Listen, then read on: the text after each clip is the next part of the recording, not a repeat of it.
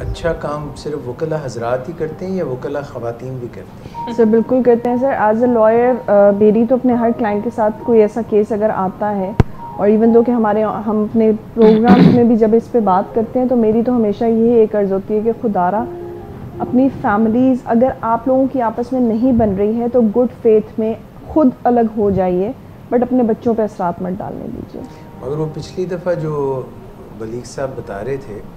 जो किसी खातून के वालिद आए थे, जी बिल्कुल, और मैं सुन के हैरान हो रहा था कि वो शायद 7वें या 9वें दिन ही उन्होंने अपनी नौ ब्याहता दुल्हन की पिटाई कर दी, और उसके बाद इतना मारा कि उसके सर में कितने सर उसकी इंजरीज थी फेस के ऊपर, 17 स्टिचेस थे उसके, और वो फिर 5 साल और 2 बच्चे बिल्कुल गुजारे उन्होंने। जी, and third she was expecting the third one. तो अब ये प्यार है या ये प्यार के इजहार का गलत तरीका है, ये क्या है?